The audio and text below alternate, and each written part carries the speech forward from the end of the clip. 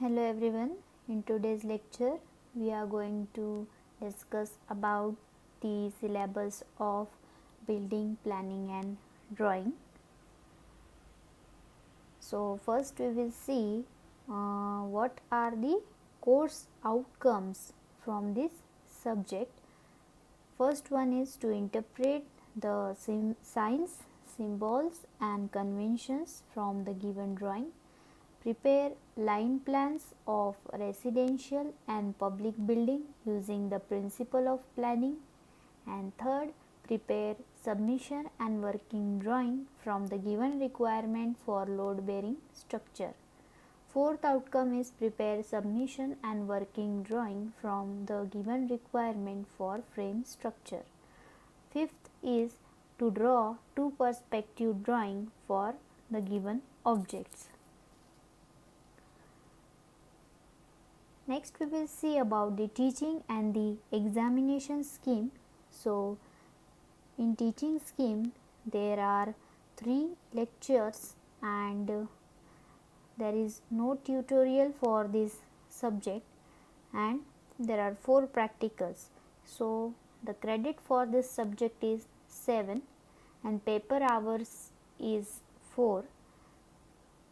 Under the theory PA, out of 30 marks, 10 marks are for micro project to facilitate the integration of COs, and the remaining 20 marks is the average of 2 tests to be taken during the semester for the assessment of cognitive domain unit outcomes required for the attainment of the COs.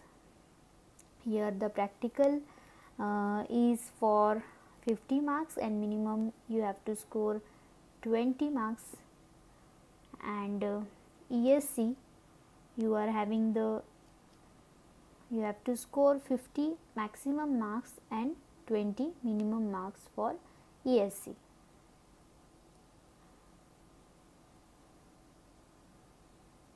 We will see about the first unit. So first, the name of the first unit is conventions and symbols. This unit carries total 6 marks. Now we will see one by one what is included in this unit. So first, conventions as per IS 962-1989, symbols for different materials such as earthwork, brickwork, stonework, concrete, woodwork and glass used in civil engineering. So we are going to see the symbols for these different materials, and construction graphical symbols for doors and windows, then abbreviations, symbols for sanitary and electrical installation. Next we are going to see types of lines. So there are different types of lines: visible lines, center lines, hidden lines, section line, dimension line, extension lines, pointers, arrowheads or dots, appropriate size of lettering and numerals for titles, subtitles, notes and dimensions. And then we are going to see about the types of scales, that are monumental, intimate criteria for proper selection of scale for various types of drawing, sizes of various standard papers and sheets. Then lastly we are going to see reading and interpreting the ready-made architectural building drawing to be procured from architect, planning consultants, planning engineers. So from this first unit, so the unit outcomes from this we get that we will able to draw the conventions, signs and symbols used in a given civil engineering drawings. Also it will explain us the use of various types of lines in the given building drawing. Then we can select the relevant scale in given situation after learning this unit, and we can interpret the given drawing for the given civil structure. Then second unit, the name of the second unit is planning of buildings. So, this unit carries 18 marks. So, in this we are going to see about the principle of planning of residential and public buildings.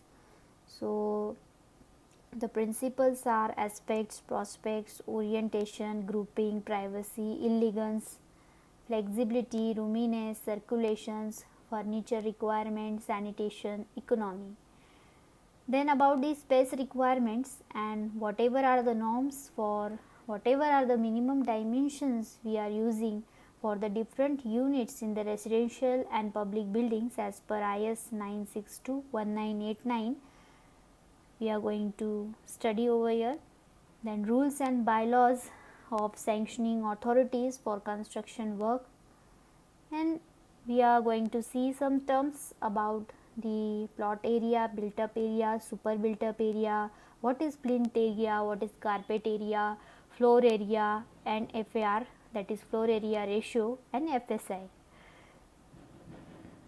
Line plans for residential buildings of minimum 3 rooms including WC, bath and staircase as per principle of planning. So, here we are going to learn how to draw the line plans for residential room minimum 3 rooms, and we are including WC, bath and staircase. So, this we are going to plan according to the principle of planning. After learning principle of planning, we are going to draw the line plan over here for public buildings, school, primary health center, restaurant. These all are the public buildings. Here we are going to learn how to draw the line plan for this public building, post office, hostel, function halls and library.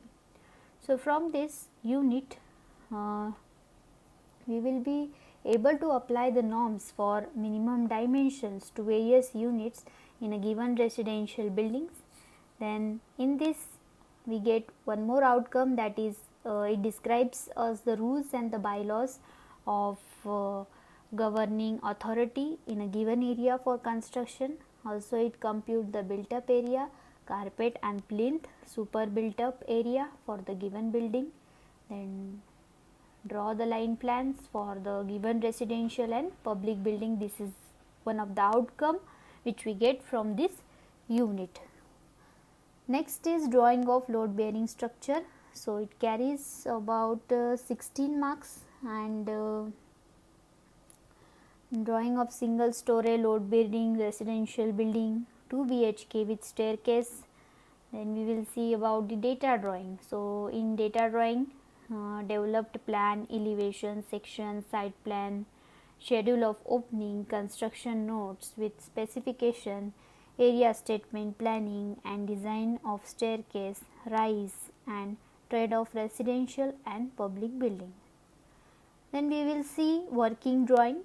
In working drawing same we will see about the developed plan, elevation and section passing through the staircase or WC and bath. So, this will be included in our working drawing. Then foundation plan of load bearing structure.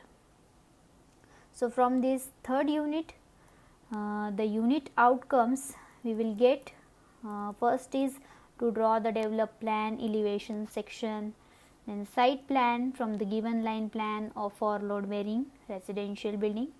Then secondly we will be able to prepare the submission drawing of the given load bearing residential building.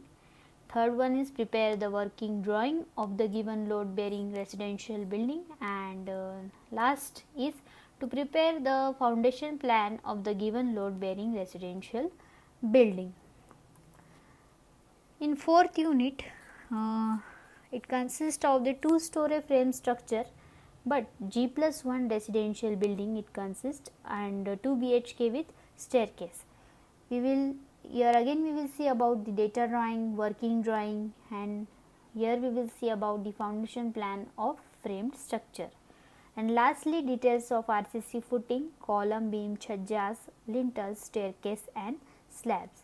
So, the unit outcome here is to draw the developed plan again, elevation, section, site plan from the given line plan for a framed structure residential building. Then to prepare the submission drawing of the given frame structure residential building, prepare foundation plan of frame structure and draw the component parts of the given frame structure. So, here explain the function of draw and modify the commands in the given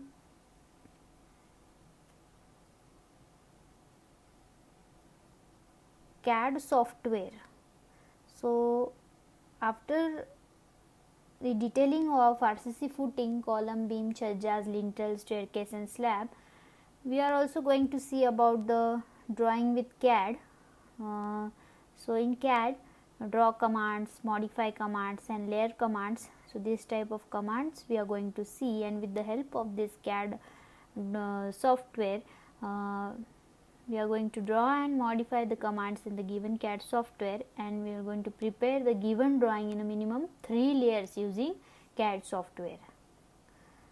Last unit consists of the name of the last unit is perspective drawing, which consists of 12 marks, and here we are going to study about the definition of perspective drawing, then types of perspective, terms used in perspective drawing, and what are the principles used in perspective drawing. So, to perspective of small objects only, such as steps, monuments and pedestals, here we are going to see. So, from this the unit outcomes is that to explain the principle of perspective drawing in the given situation.